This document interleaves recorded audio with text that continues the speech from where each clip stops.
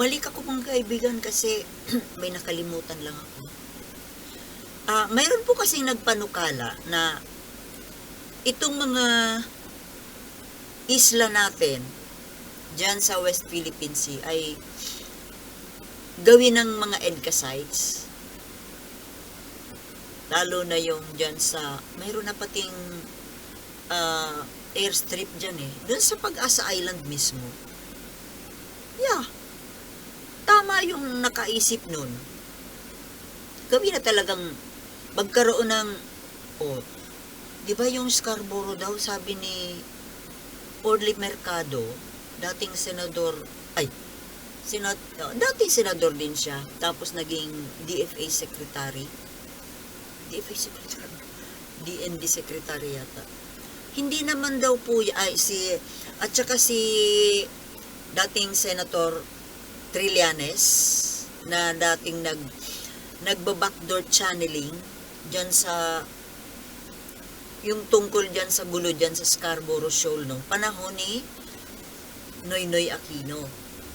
Na yan po pala, naging successful pala yung ginawa ni Trillanes dyan. At sa ngayon nga daw, wala namang, kaya hindi daw yan okupado ng China.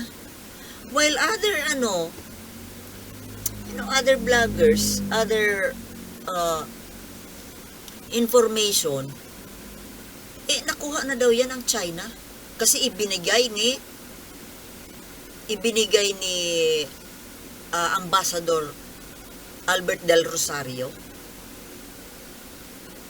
sa panunulsol ni Barack Obama.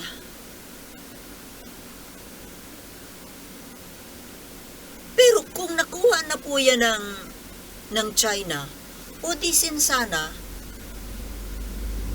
may mga may mga nakahimpil dyan na mga Chinese ships. At sana inumpisahan na nila yan. Mayroon din nga akong nabasa na habang hindi pa yan tinatayuan ng istruktura ng China, pwede pa nating kunin. Kasi it's very near Zambales Kasi naman itong ibang mga past past leaders palibhasa hindi mga makabayan Yun ang problema.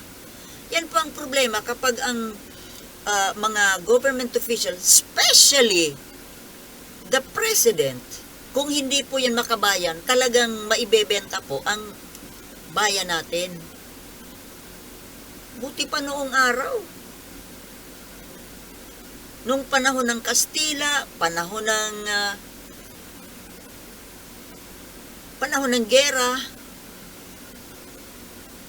panahon ng gera may mga makapili. Pero nung panahon ng Kastila, talagang yung mga Pilipino buwis buhay talaga sa pagtatanggol sa teritoryo. Kailangan po ba na dumanas ulit tayo ng pananakop para lumabas ang makabayan natin? Mas maigi-igi pa siguro yung Kastila noon. Kung ikumpara natin na ang sasakop sa atin ay China, baka mas maigi pa yung noong araw. Even then, nag-alsa pa rin yung mga Pilipino. At kinaya nila. Kasi, may mga factors din naman po yun kung bakit kinaya ng mga Pilipino na lumaban sa Kastila. Dahil, wala naman talagang malinaw na strategy yung Kastila. Ikumpara dito sa China, talagang pinagplanuhan po. Matagal na pinagplanuhan ng China ang pag-i-invade sa bansa natin.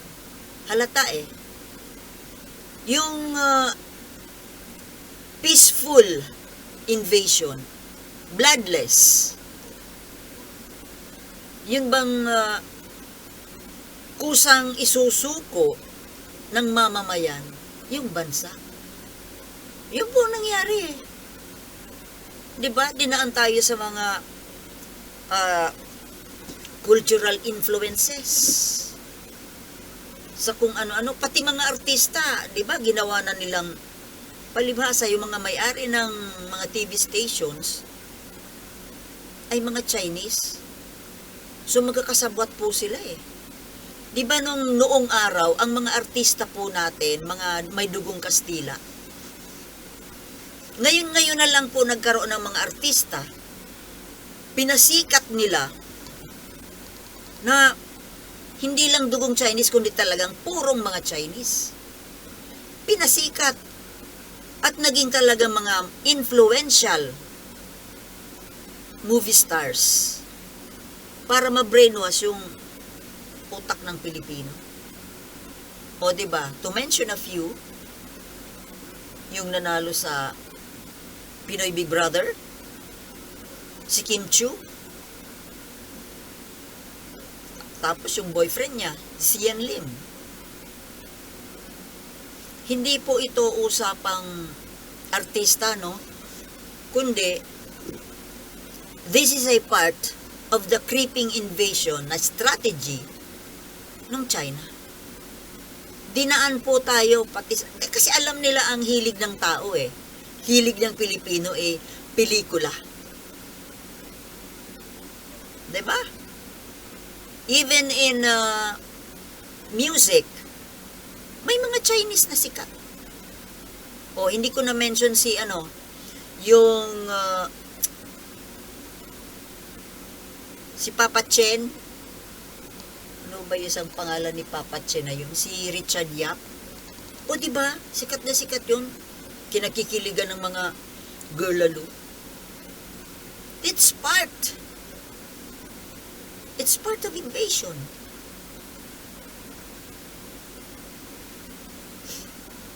Hahangaan natin. Ituturing na God, Goddess. At impluensyado po tayo.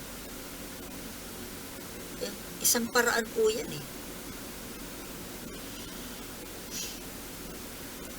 Palibhasa, sila yung may author ng yung The Art of War. Kaya, sinusunod nila. Nakakapanakop sila without shedding a drop of blood. All over the world na po ang mga Chinese, kahit saang country meron. May Chinatown. Even in the United States, may Chinatown. O dito sa atin, meron. Sa Indonesia, sa Malaysia, everywhere. Sa Singapore. Kalat po sila. And it's one way of dominating, invading and dominating. Galing, no? Hindi kagaya nung mga panahon ng mga European colonizers na by force. Kaya malapit sa gulo, biglaan pagsakop, pero may hatred on the part of the colonized. Kasi by force. Itong ginagawa ng China, hindi. Kumbaga they will have you fall in love with them. Di ba? Unang-una sa mga kagamitan, sa pagkain, sa kultura. O di ba yung mga ng mga prutas na bilog pag New Year, saan ba galing yan? Itong mga charm na yan. Itong mga paglalagay ng estatwa dyan sa mga establishment, sa mga tindahan. Yan lang na mga prutas na 12 na 12 prutas na bilog na yan. Papaniwala ka dyan. Kahit araw-araw ka maglagay ng prutas na bilog sa iyong dining table, kung wala namang diskarte, it will not work. pati yung feng shui. Well, yung feng shui medyo may konting paniniwala po ako kasi parang scientific na ano eh. There's a scientific element in it. Ay nako.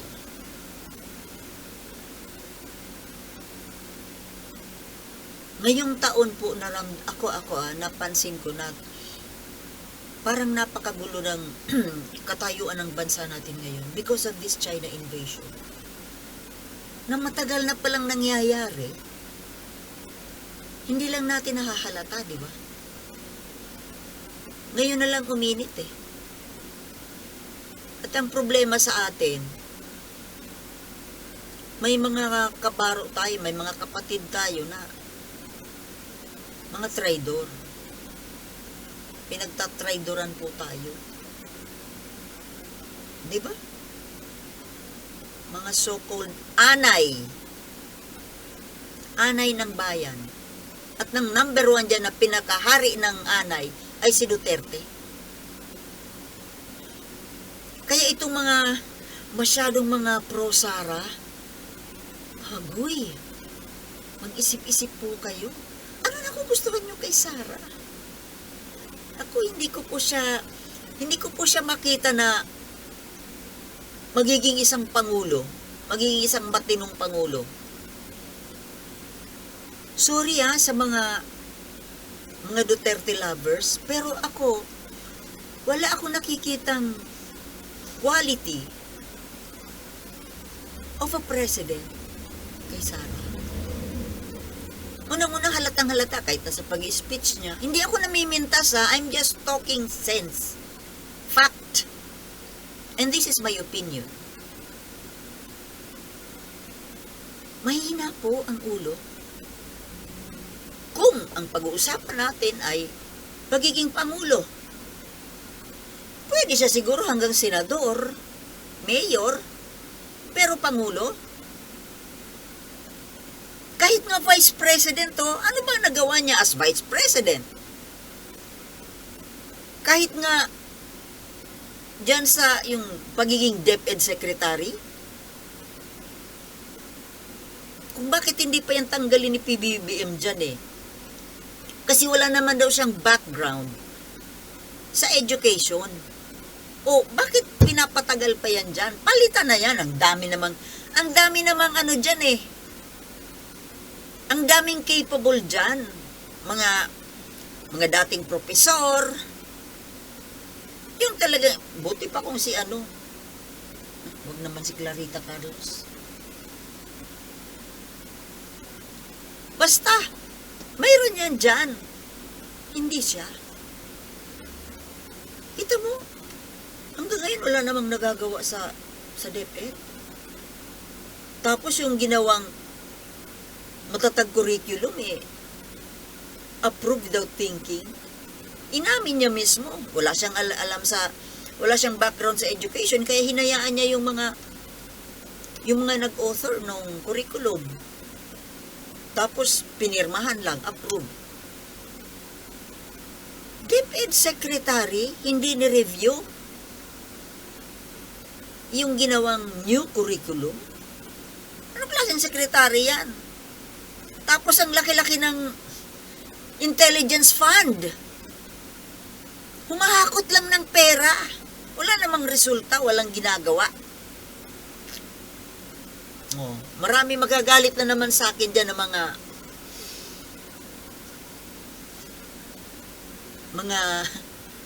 mga alipin ng Duterte. Pakik ko sa inyo, magalit kayo sa akin.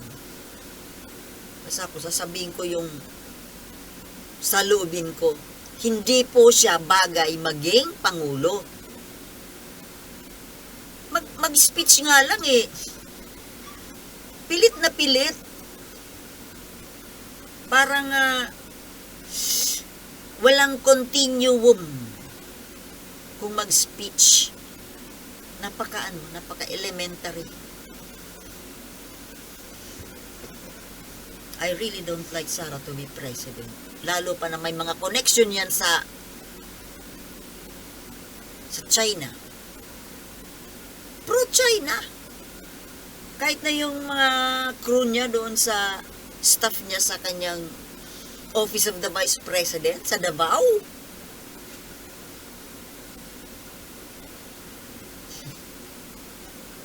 Mga pro-China. Mahirap na po na magkaroon ulit tayo ng Pangulo na pro-China. Not only Pangulo, even the lower ranks, like congressmen and senators, dapat wala pong pro-China. Di po ba, mga kababayan? Kaya, public beware. Beware of the pro-China traitors wanting to sit in government seats. Di ba? Okay. Hanggang dyan lang po at for sure, marami na namang magagalit sa akin. Weh. Maraming salamat. See you in my next vlog, okay?